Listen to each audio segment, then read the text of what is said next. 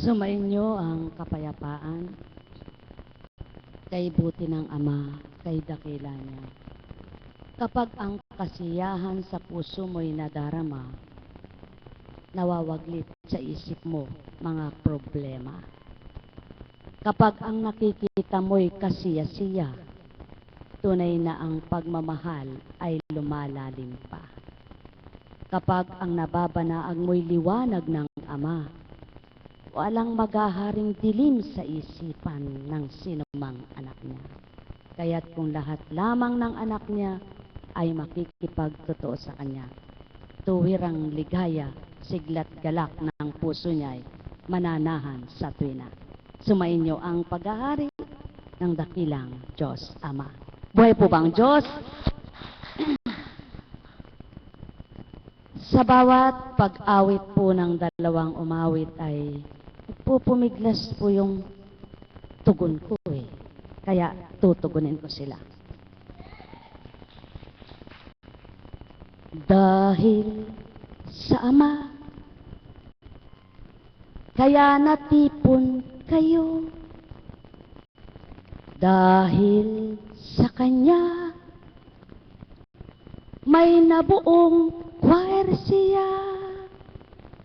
Kaya ang layo niya sa tuwin ay sama-sama. Kung paano binuo niya, tuwin ay buo ito. Kaya anuman ang nabuot binalangkas niya, walang marapat makakatibag kundi ang naglikom at nagbuong tuwiran upang mapatutuhanan Diyos Ama ay buhay. Isa man sa inyo, wala kayo sa aking sala, kundi sa Ama. Sa pinay yaon ng masdan ng bawat isa na hinirangan niya upang sa pinay may takot ka sa Kanya'y magkasala. Yan ang katotohanan, kay galak ngang pagmasdan kung ang bawat isa ay nagmamahalan, bawat dinaranas, bawat nakakamtan ng kapalingkod niya, kung may pagmamahalan, siyang nagiging paraan ng lakas at tibay ng kalooban sa sama-samang mabuting mga ginagampanan, namang nakakaalam tuwirang walang hanggan niyang papatnubayan. Kaya't halina, kayong mga anak ng Ama, huwag alintaanin ang mga pinagdaraanan, lumbay ng buhay. Sadyang kalakip iyan sa mananampalatayang mga anak niya. Subalit siya rin ang sa inyo'y magbibigay ng tuwirang ganap na kalayaan, walang dilitiba, maliban nga siya sa bawat gawang mainam, ganti niya'y kasiyahan. Kaya't kayong lahat tagasunod na marapat, kung nanamnamin lamang ang bawat araw, na di kayo sumusunod sa tao, kundi sa amang pinaglilingkuran nyo. Tibay tatag ng damdamin, tuwirang mananahat kakamtan, yaon ang magiging katatagan sa paglaban sa anumang nakakamtan nyong di kagustuhan. Nakapahintulutan upang kayo'y dalisayin lamang, dinarang sa apoy ng pagtitibay hanggang ganap na kubina. Yan ang katotohanan, aking mga mahal. Kaya't ang inyong gawin, amay twinay kamti.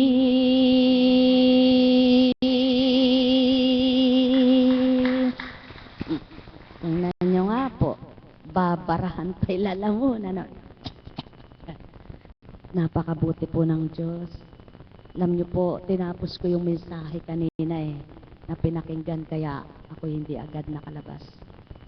Na habang nakikinig po ako, talagang tinataas ko yung kamay ko at sabi ko, purihin, purihin, purihin ka, Panginoon, sa iyong espiritong nagsisiwalat ng katotohanan, na kung lahat lang ng tao'y tuwirang nakinig at nakadama, batid nilang hindi katauhan ang sa kanila'y nagturan.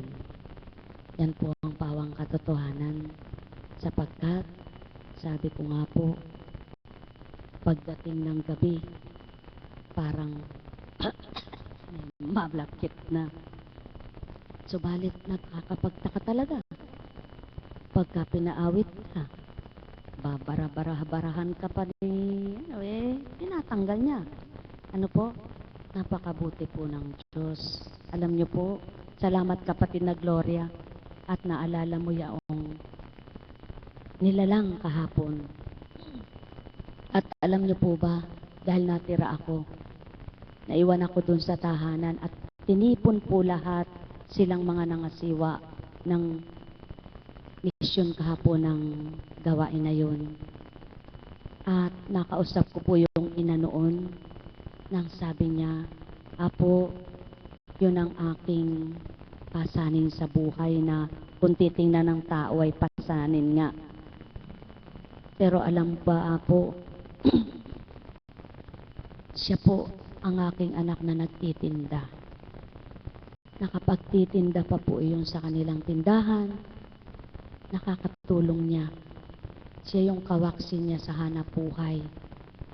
Naiiwan siya sa tindahan, nakakapagbenta, nakakapagbayad, ang bumili, nakukuha niya yung sukli, nakakapunta. Isipin niyo po yung ganong kalagayan niya. Sapagkat sinidlan siya ng talino ng ama kung paano niya maigagalaw yung ganong itsura ng katawan niya. Na kung pag-aaralan po ninyo, talagang mahirap tanggapin.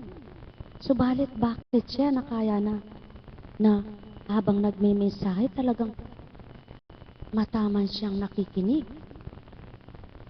Talagang mas mainam pa siyang may kapansanan na nakikinig ng mensahe. At nang binabasbasan siya, talagang ninanamnam niya. Tingnan niyo po, sabi nga po, wala sa kumpletong pangangatawan para madama mo ang Diyos na buhay. Kung magtatanong ka, paano siyang nakapagtitinda? Nakaupo na nga lang siya. Ang paa niya at kamay halos magkatukod na. Na kung titingnan mo, nasaan pa yung balakang niya.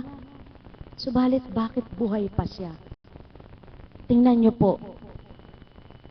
Kaya kung nakita lang yun ng tao na pinagtanto nila, masasabi nilang, Diyos ko, napakawalang hiya akong tao. Mapalad pa pala ako dito.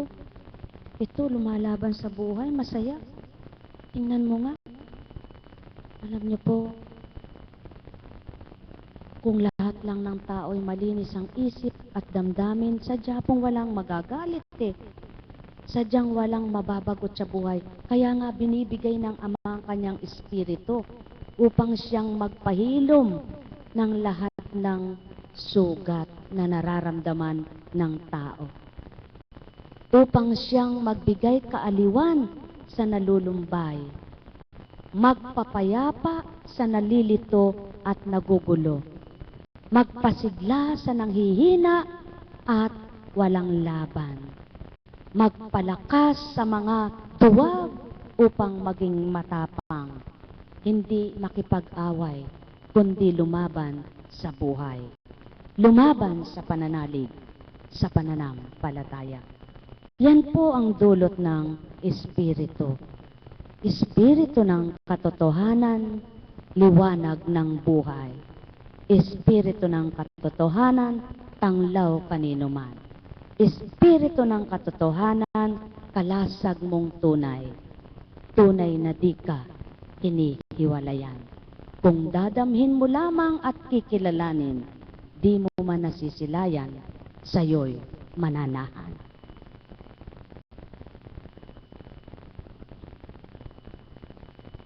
Buhay po ba ang Diyos?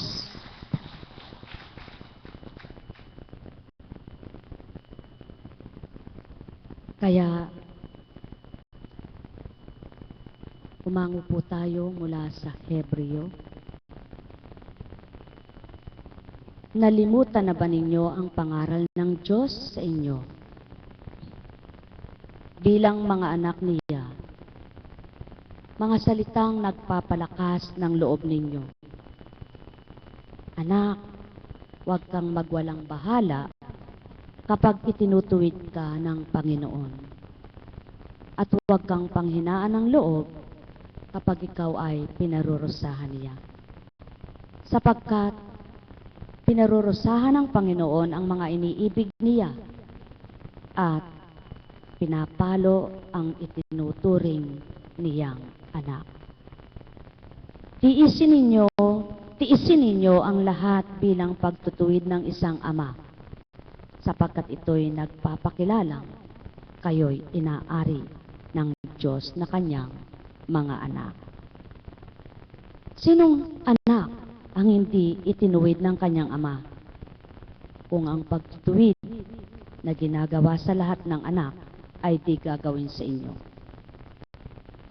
Hindi kayo tunay na anak, kundi mga anak sa labas. Buhay po ba ang Diyos? Kaya, kung ninanamnam nyo lamang po ang mga aral o mga pahayag na mabuting balita, yaon po ang pangangaral ng Ama. Yaon po ang pagtutuwid niya sa ibabaw ng lupa. At kung ang mga dinaranas nyo'y hindi makakapagpagalit sa inyong puso, yaon po ang pagpapatibay niya sa inyo. Kung ang mga pinagdaraanan ninyo'y tiimbagang at inyong ninanamnam na may pasasalamat, hindi makagagalit ng inyong damdamin at makapagdudulot ng hinanakit, kundi ito ay makapagpapatibay sa pagtitiwala at pag-asang kayo'y hindi pababayaan, kayo'y sa tuwinay sinasaklolohan. Yan po ang pawang katotohanan. Kaya lamang hindi mo maramdaman ang pag-ibig ng Ama sa mga pinagdaraanan mo'y humihina ang loob mo, nawawalan ka ng pag-asa.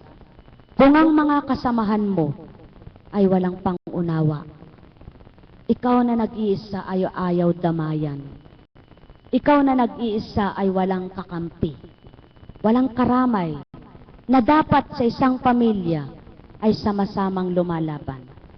Hindi lamang ikaw na nag-iisang may takot sa Ama, kundi dapat lahat ng kapamilya ay magkaisa sa paglaban. Sapagkat may kasabihan nga po, kapag nagbuhat ka ng mesa, apat ang paa, kung ikaw ay isang magbubuhat, hihilahod mo. Tama ba ka? Subalit kung lahat kayo'y hahawak sa mesang ito, kapag ibinuhat mo, maiaangat mo. Totoo ba ka ito? Kaya't ito ang nararapat, ang hirap. Sa oras na iyong may pinagdaraanan, sa halip na yung isang nagpapakatibay, ay tulungan ng isa pang nagpapakatibay, at tumulong pa yung isang magpapakatibay, at tumulong pa yung isang magpapakatibay pa. Hindi, ikaw na nagpapakatibay, hahataking kang lulugmukin. Kaya't kung mahina pa marupok, yung kanilang hinahatak, sama-sama silang malulugmok. Buhay ba ang Ama?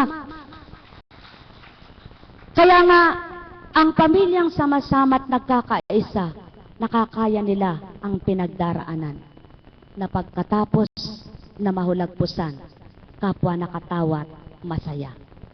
Subalit may mga pamilya at magkakapatid o mag-anak, sa oras na yaon, pare-pares baluktot ang katwiran, nag-iisa ang nagliliwanag, nag-iisa ang nakikibaka, nag-iisa ang lumalaban.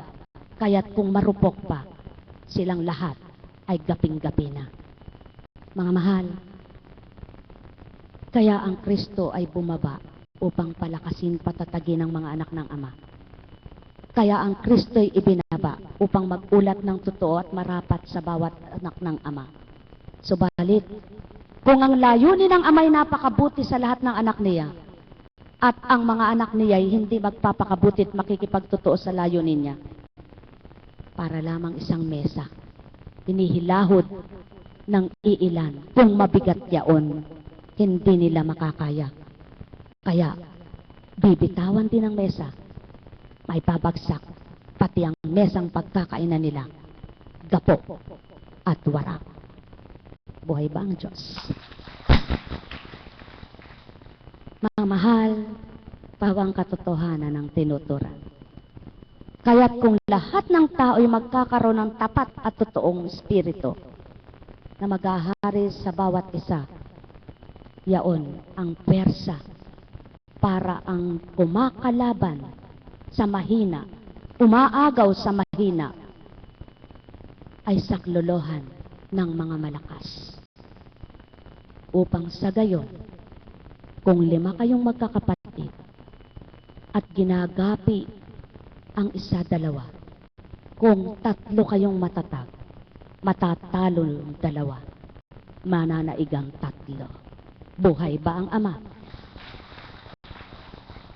Kaya yan ang pawang katotohanan, kung lahat lang ng tao'y nakikinig sa aral, sa panawagan ay tumutugon sa katotohanan, walang taong lugmo, walang malulugmo na nilalang. At yan ang pawang katotohanan. Sa buhay ng tao, ang mag-asawa, may mga anak. Kapag ang mag-asawa, iisa lang ang titindig, iisa lang ang lalaban, masasaktan, mahihirapan. Sapagkat kung 4 ang anak, kung 3 ang anak, kung 5 ang anak, kung 10 ang anak, at iisa, kaya halos mapilayan, halos mapigas. Subalit kung silang 2 mag-asawa ay lalaban parehas, ang katatagan, mapagtatagumpayan ang hamon ng buhay. Kaya't marami ang taong gapok ang pagtitiwala, warak, wasak ang pagsasama, nang dahil sa baluktot na katwiran ng isa, at isa lamang ang nagdadala sa hindi niya na nakayanan, bumigay at nawala na. Subalit kung lahat lamang ng tao, ang bawat isa ay magiging karagdagan ng isa pa, at madadagdagan ng isa pa, at magkakaragdag pa ng ilan pa, anong hindi kakayanin ng bawat isa na naging maraming kasama siya. Buhay ba ang Ama? Mga minamahal, ganyan din ang samahan. Anong silbi, anong kabuluhan kung isa nagpapakatotoo, nagpapakatapat? Naging 10 sila. Subalit sa 100, sa 10 kayo, mananaig ba ang 10 sa nag-iisa na naging 10 sa 100. Mga mahal, yan ang nais ng Ama. Kaya nga kung lahat ng tao makikinig sa aral ng Ama, sa mga salita niya, sa mga banal na aral niya, walang taong hindi makapagtatagumpay sa larangan ng kabanalan. Pawang katotohanan ang sa akin ay tinuran. Kaya't anuman, dapat sama-sama ang bawat isa. Pakatandaan po ninyo, isang dulangang mesa ang hain ng Ama.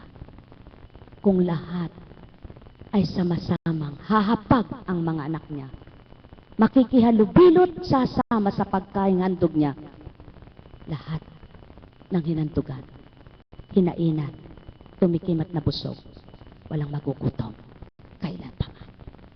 Pakatandaan ninyo, sadyang ang buhay, dumaranas ang sinuman na normal ang pamumuhay. Subalit, nandyan ang Ama. Kaya't may nakapagsusumigaw, may nagsisisigaw na buhay ang Ama sa patutuong nangyari na ganap sa buhay nila. At walang pagkabula, walang kasinungalingan. Nakalahad ang banal na aklat sa kaganapan ng mga propeta, sa mga unang lingkod ng Ama, sa mga anak na naghain at nagandog ng katotohanan at katapatan sa Kanya. At ikaw na anak niya, sa kasalukuyan ngayon ay buhay. Kung ang hain ng Ama noon ay titikman mo rin ngayon, at di ka tutulad sa mga ninunumong sutil at palalo, isa ka sa pinagpalang na kinabang sa hain ng Ama. Buhay ba ang Ama? Pawang katotohanan, mga minamahal. Laksa ang bilang ng tao. Laksa ang bilang ng kayamanan ng Ama. Kung papaanong laksa ang bilang ng tao, laksa rin ang kayamanang bahagi niya. Kaya sa laksa, pantay lamang. Kung ang laksang bilang ng tao, kakarampot ang biyaya niya, hindi nga kakasya. Subalit, laksa rin ang kaloob niyang biyaya.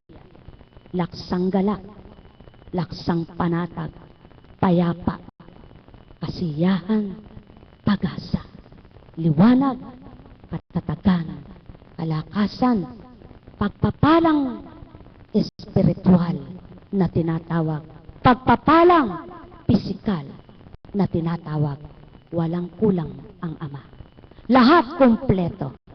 May pagpapalang pampisikal na tinatawag, pangangatawan, pagpapalang pang-espiritual na kaligtasan. Kaligtasan habang ikay nabubuhay sa ibabaw ng kalupaan. Kaligtasan patungo sa buhay na walang hanggan. Kaya, kung makikisama ka na magbubuhat sa kalooban ng Ama, sa kagustuhan ng Ama, sama-sama kayo, walang hindi, patitibayin, patatatagin, pagtatagumpayin ang Ama na lahat ng anak niyang mahal na tuwira. Sumainyo ang kapayapaan. Nekkarameniyahana, nekkarameniyahana, nekkarameniyahana.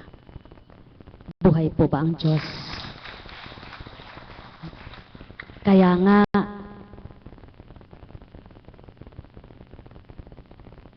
ang bawat araw kung pagninilayan,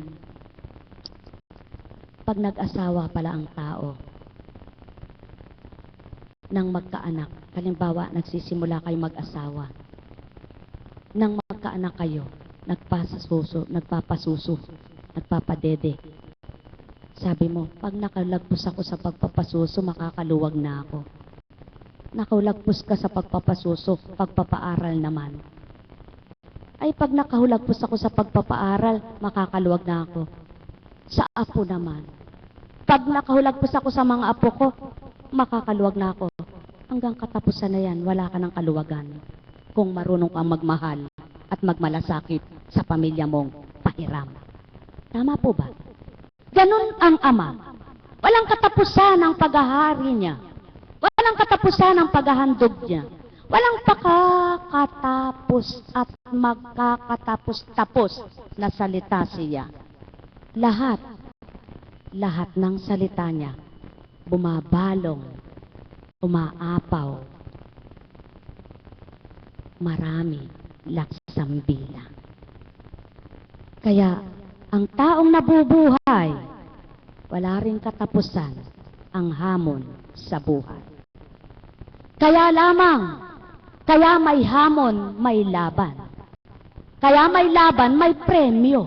Tama ba ka? Ang premyo'y ano? Ang tagumpay. Kung di ka lalaban, paano ka magtatagumpay? Kung hindi ka lalaban, paano ang gantimpala? Kung di ibibigay ng Ama ang hamon at laban, walang gantimpala siyang ilalaan. Buhay ba ang Ama?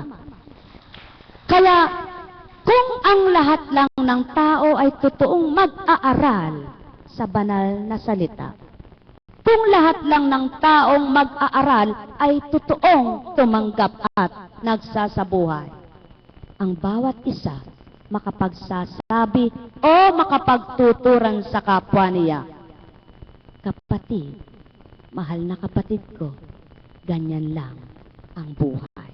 Sama-sama tayo, kapit-bisig, kapa, hindi tama yaon, kundi kapit-bisig, hawak kamay, tapat na pagmamahalan ang siyang daan sa tagumpay. Buhay ba ang Ama? Mga minamahal, katotohanan ang sa akin tinuturan. Kaya nga, kapag may nakita kang mag-asawa na nakikita mong kay saya ng pagsasama, kay ganda ng simulain, hanggang wakas ay kay ganda ang amay lugod na lugod sa kanila. Hindi nawawala ang tampuhan. Paakibat na yon sa mag-asawa.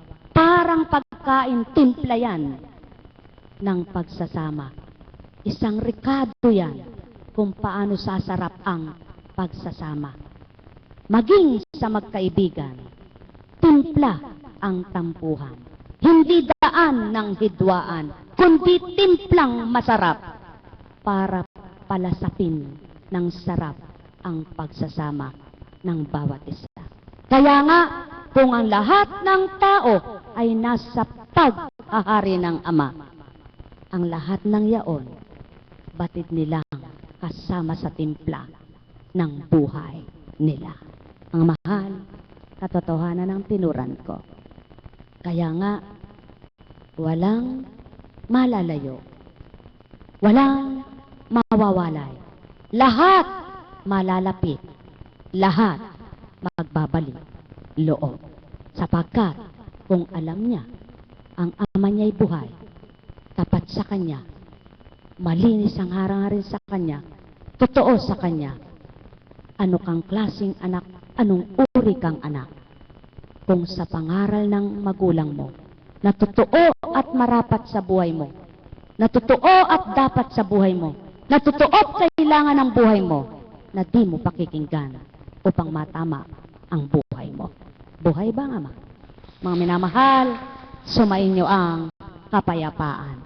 Alalaong baga, ang may pandinig ay nakarinig. Pakatandaan ninyo, walang pirmihan sa sanlibutan. Lahat ay pansamantala lamang. Walang natatanging sayo. Lahat ay pahiram. Ang kasalanan lamang ang masasabi ng taong sa kanya ito. Sapagkat di yaon ginawa ng Ama sa kanya, binigay ng Ama sa kanya, kundi sa kanyang-kanya. Sapagkat siya ang may gawa at may nasa. Subalit, ang lahat ng pahiram ay binabalik sa pinanghiraman. At nais ng Ama, isa kang tunay na manghihiram, isa kang tapat na naghiram, na mabuti kang manghihiram. Pag binalik mo, ay pawang walang kapintasan. Subalit,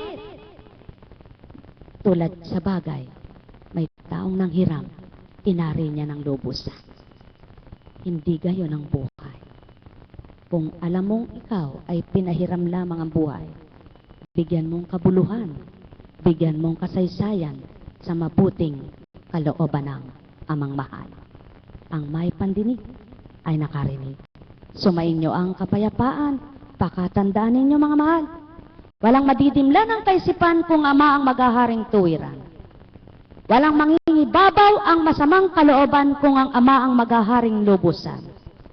Kaya nga't nagaganap sa tao, ang nadidimlan, ang naghahari sa kanya ay katauhan. Ang nananaig sa kanya ay katauhan. Hindi marunong makinig sa aral, hindi marunong tumanggap sa mabuting pangaral. May sariling kagustuhan, may sariling kalooban, may sariling ginagawa na di gawa ng Amang dakila. Mga mahal, pawang katotohanan ng aking tinuran, ang may pandinig ay nakarinig, ang tumanggap ay nagliwanag. Sumainyong kapayapaan, mahal na mahal ko kayo. Tuwiran kong tinuturan, mahal na mahal ko kayo. Buhay po ba ang Diyos? Dahil may Diyos. Alam niyo po, pinagtanto ko po ang pinagdaanan ng Panginoon. Sadya palang kay hirap. Walang layunin, walang minithi, walang gusto, walang handog, walang alay, kundi pawang katapatan, katotohanan, pagmamahal, kaligtasan. Yung mga tao pong di marunong tumanggap at di nakaunawa, nakakilala sa kanyang ginawad, naging masama pa ang hatol, paratang, pagbibintang, at ginawa. Buhay po ba ang Diyos? Ngayon, kung totoo ang tao ay mananampalataya at ang totoong tao na anak ng Ama ay anak nga niyang kumikilos sa pagkaanak niya, mag-aasal, hayop ba na anak siya ng hayop? Buhay po ba ang Diyos? Mag-aasal, ulupong ba na anak siya ng ahas? Hindi po, no. Mag-aasal tao na anak ng tao. Buhay ba ang Diyos? Subalit dahil nga po ang tao ay may isip na pumapasok, na mabilis na tinatanggap ng maraming tao, ang udyok ng kadiliman, ang udyok ng talusira, ang udyok ng kaguluhan. Marami rin ang pagdakay na bigla. Mga mahal, yun ngayon ang dapat nawawala sa tao. Yung pabigla-bigla. Buhay po ba ang Diyos? Kapag ikaw ay hindi pabigla-bigla, hindi ka manghihina. Kapag ikaw ay di pabigla-bigla, hindi ka madadapa. Kapag hindi ka pabigla-bigla, hindi ka mawawala. Kapag di ka pabigla-bigla, hindi ka mababagsa.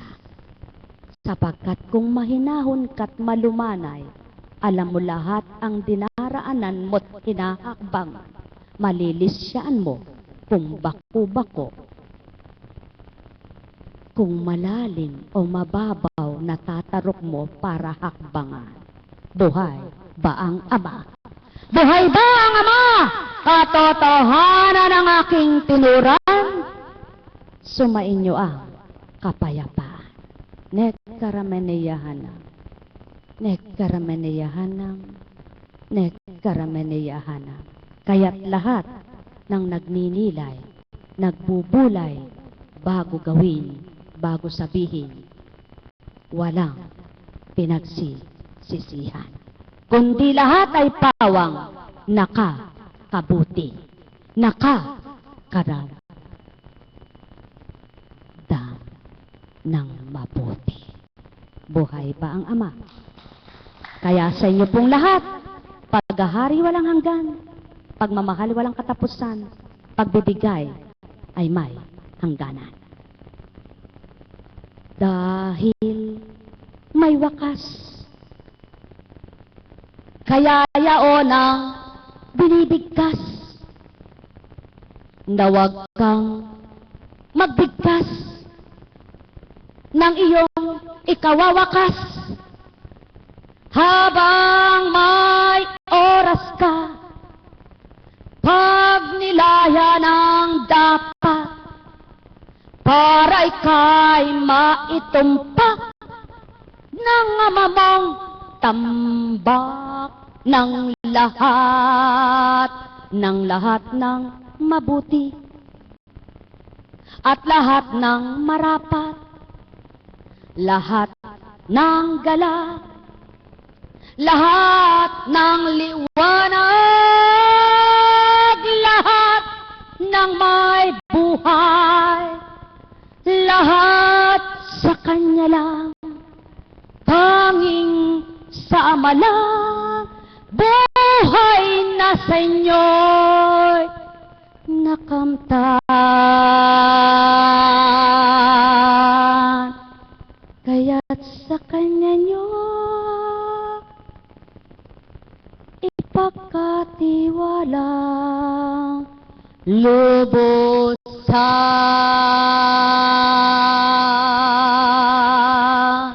Buhay po ba ang Diyos? Ay, purihin, purihin, purihin ka, Ama. Napakabuti po ng Ama. Napakadakila. Kaya nga po, sige po, gaano man kalakas ang isang tao, hindi niya kayang magpatay ng isang baboy na siya lang ang magtatali, magkakaliskis, mag-iinit ng... Ano po? Di po ba siya rin, sama-sama sila? Ano po? Magbibiyak, magtatadtad.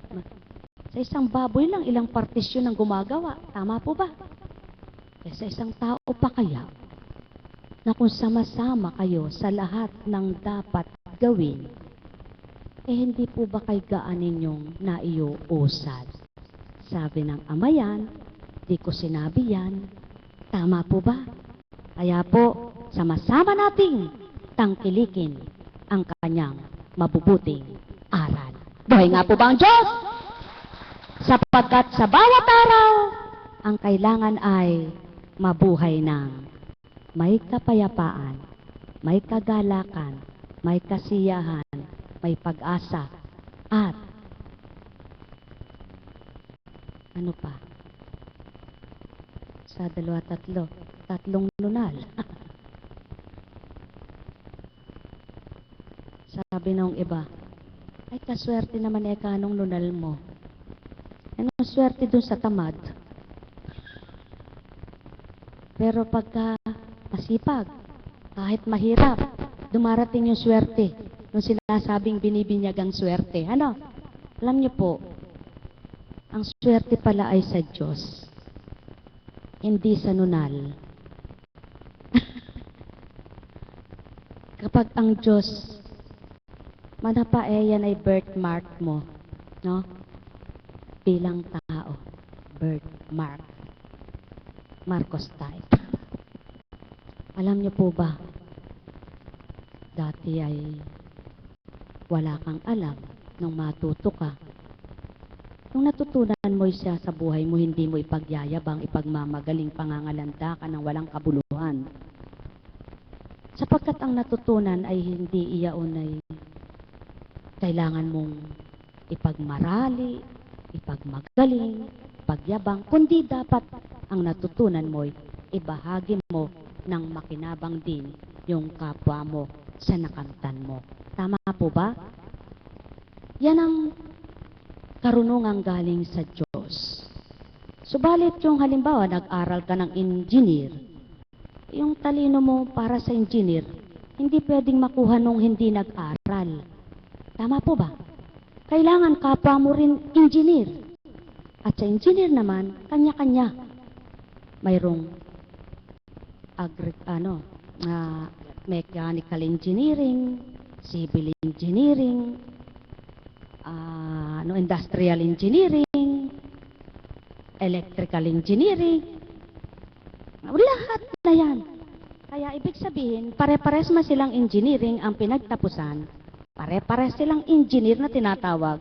Kung di pare-pares ang kanilang pinag-aralan, di pa rin sila magkakatono, magkakaugnayan. Subalit sa larangan ng kabanalan, engineer ka, doktor ka, teacher ka, ano ka man, abogado, kung pantay-pantay kayo na, kaalaman sa Diyos at pare-pares niyong sinasabuhay, pinakikipagtotohanan, magkakaintindihan kayo. Buhay ba ang Diyos? Buhay po ba ang Diyos? Yan ang totoo nun. Yan po ang totoo. Kaya, sa larangan ng kabanalan, walang maliit. Sa sukat ng pananaw ng kapwa niya, lahat pantay sa Ama. Sapagkat, hindi niya susukatin sa pinagtapusan at pinag-aralan ninyo. Lalong hindi niya susukatin sa nakamtan mo sa buhay. Kundi, kung paano mo siya tinratong magulang. Kung paano mo siya ginalang na bilang Diyos mong walang hanggan. Kung paano mo siya sinabuhay sa iyong buhay. Buhay po ba ang Diyos? Kaya, sa pangalang Jesus, kung lahat ng tao ay makikipagtotoo, walang taong subsub na subsub pa sa trabaho. Buhay po ba ang Diyos? Totoo po yan. Subsub pa, subsub na, nasubasub pa sa trabaho. Sapagkat hindi masusubsob ang sarili mo sa pagtatrabahong todo-todo kapag ang Kristo at Ama mo ay kilala mo. May partisyon ang bawat araw mo. Sapagkat siya ang kumikilos at nagbibigay ng paraan para maparte mo ang buhay at oras na bahagi sa iyo. At lahat ng nakakilala noon, nakapagsusumigaw ng buhay ang Diyos. Buhay nga po ba ang Diyos? Buhay po ba ang Diyos? Sapagkat kung ginusto ng Ama na subsuban ang subsuban, sana wala siyang ginawang gabi, puro araw. Tama po ba? Kung lahat ng gusto ng Ama ay puro subsuban, sana wala siyang ginawang pahinga na salita. Buhay po ba ang Ama? Dahil may binigay siyang gabi na makapagpapahinga ka.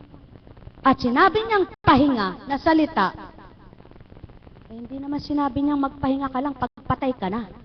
Buhay ba ang Ama? Buhay ba ang Ama?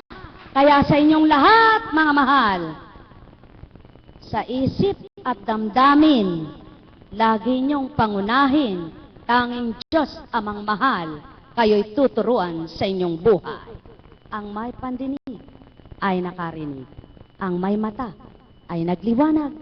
Ang may pandama ay nakadama.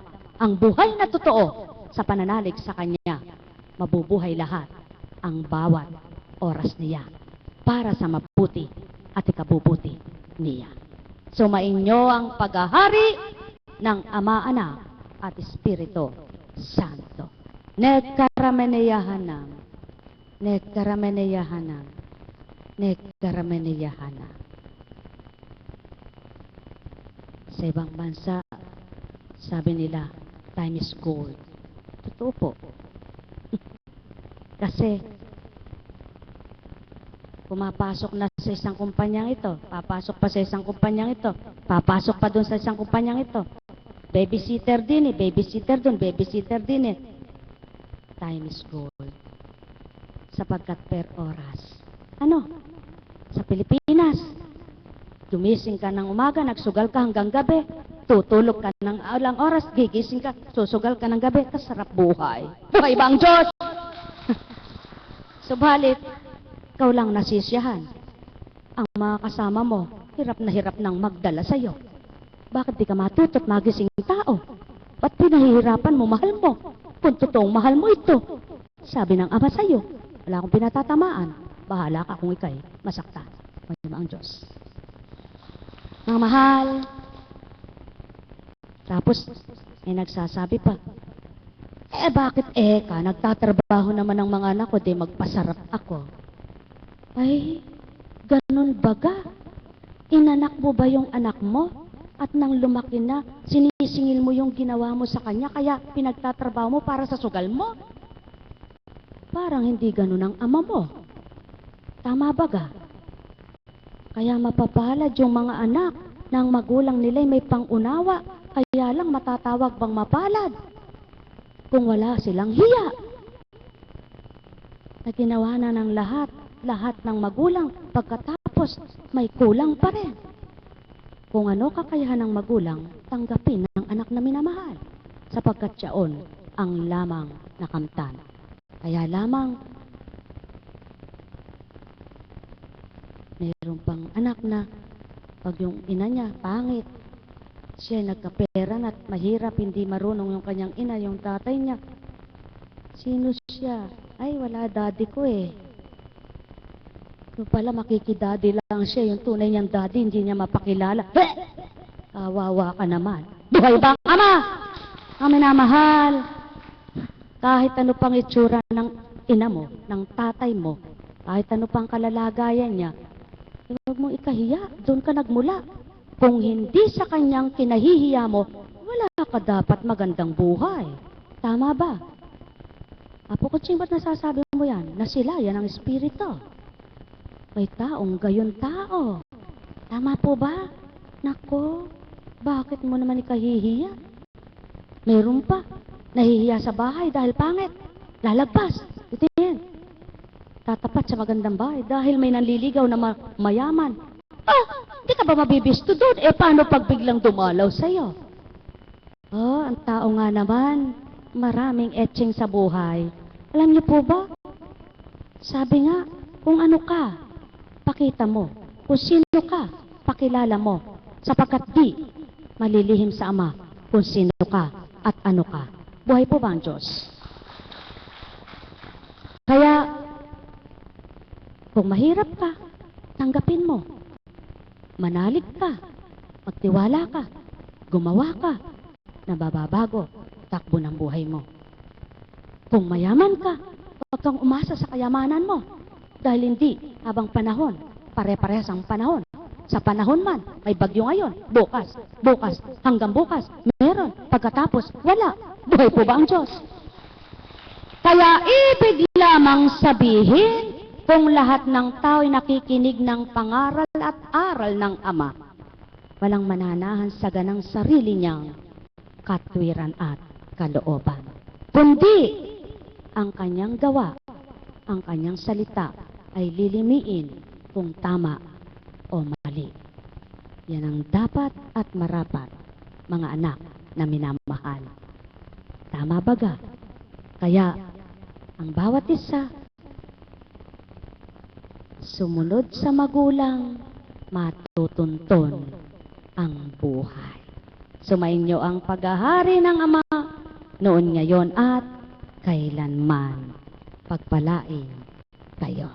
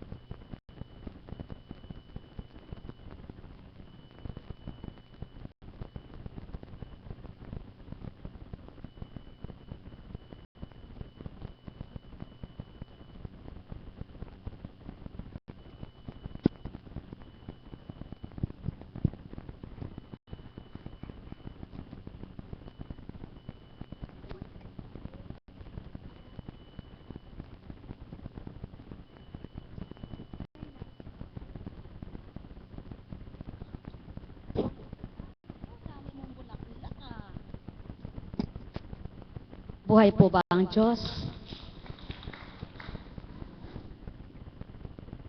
Malapit na naman ang ginugunita ang Pasko. Ano po?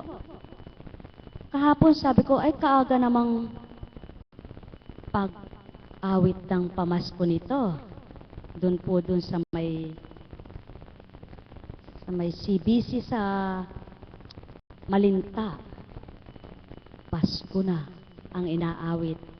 Sabi ko, ba't kaya yung Christmas song pag December lang, pag magpapasko, tsaka yung Berna? Eh wala pang Ber, August pa lang eh.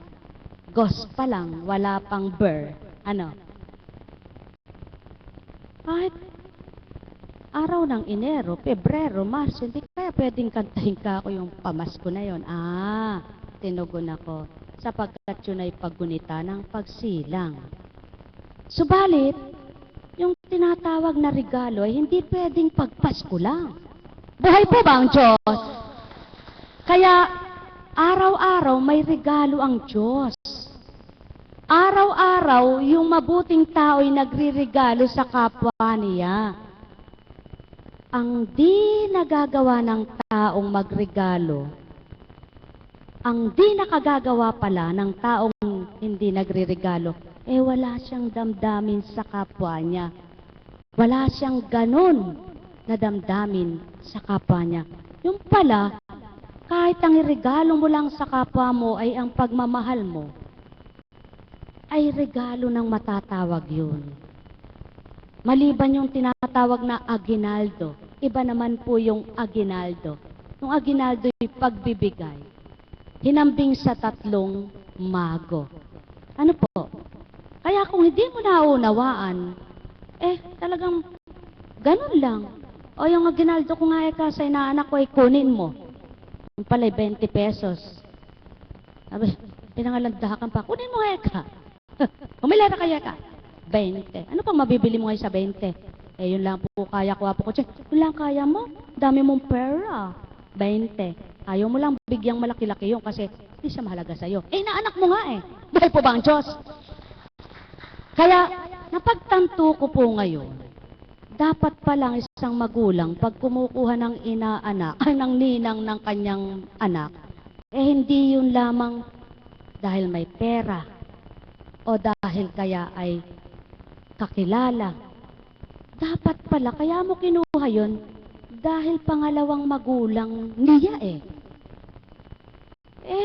nung inanak, baliwala na. Nung naanakan, hindi pala pa inanakan, baka nung inanak niya, nag-anak sa kanya, nalimutan na kapwa nila. Yung inanak hanggang sa lumaki, sino ba ninang ko? Hindi ko kilala. Sabi sa kanyang magulang, wala na kay ninang mo. Kasi ganito. Ninang bang matatawag yon? Hindi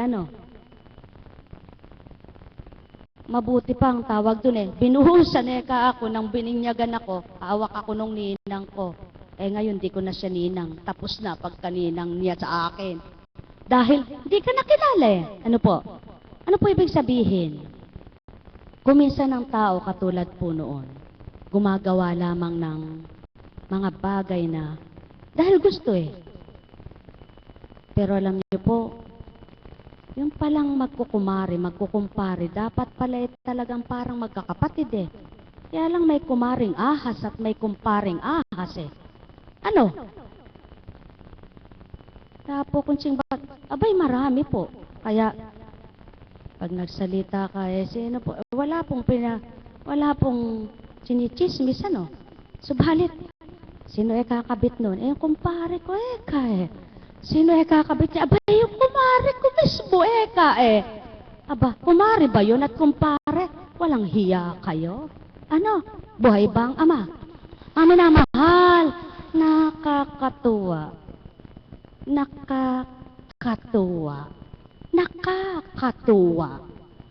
Tibaga. Nakakatuwa. Sino ka ng loko sa'yo? Abay, mismo kumare ko. Paano ka niloko? Naku, may utang tinalimutan na ako. Kumare mo ba yung salip na dinamayan ka? nilugmok ka pa. Tingnan niyo po ang buhay sa lupa. Kaya po alam niyo, kung lahat lang ng tao ay may takot sa Ama, at lahat lang ng tao ay kilala siya, walang ganon. Yun po ang kabuuran noong kwento. Hindi paninira, kundi yaon ang kabuuran ng kwento. Sapagkat kung ang lahat ng tao ay may pagkilala, pagkatakot sa pagkakasala, walang gagawa ng gayon sa kanyang kapwa. Naunawaan niyo po ba? Yan ang pawang totoo, mga mahal ko. Kaya, kahit maliit na tao sa pananaw mo, at inagalang nirerespetong tao, pantay lang, sapagkat nakay Ama kayo. Anak kayo lahat ng Ama. Magkakapatid kayo sa Ama na pinagmulan na iisang buhay. Buhay po ba ang Diyos? Kaya kung lahat ng tao ay may pagkaka-isa, pagmamahalan sa bawat isa, wala ngang taong hindi magiging galak sa puso ang bawat araw niya. Sa inyo pong lahat, pagpalain kayo. May tanong po ba? Wala. Wala po kayong tanong? Wala. Wala talaga kayong tanong? Wala. Eh kung wala po talagang tanong, tara na. Umuwi na tayo. Sa pangalan ng Diyos Ama, Diyos Anak, Diyos Espiritu Santo, magsihayo kayong may galak sa puso nyo, matigib at mapuspos ng katotohanan ng bawat isa, magliwanag ang pangunawa, pag-iisip ay maging mahaba at maging magaan sa inyong pangunawa na matanggap ang mabuting salita.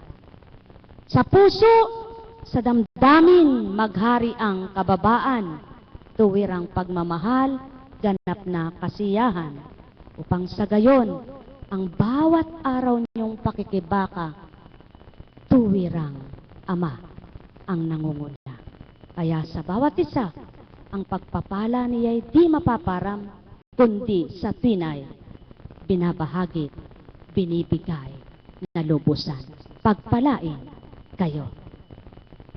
O dakilang Amang mahal, mga salita mo't aral ay kay inam. Matuntunawa ng bawat anak mong nabubuhay sa sanlibutan. Na kung papaano ang iyong layunin at pagnanasang sila'y mga buksan sa pamamagitan ng iyong espiritong banal na nagahayag nag-uulat ng kabanalan. Pagindapatin mo po na sila'y makadama at makakilala sa iyo upang sa gayon maragdagan ng maragdagan ang mga patutungo sa kaharian mo. Nektarameneyahana, nektarameneyahana, nektarameneyahana. Tayo na po.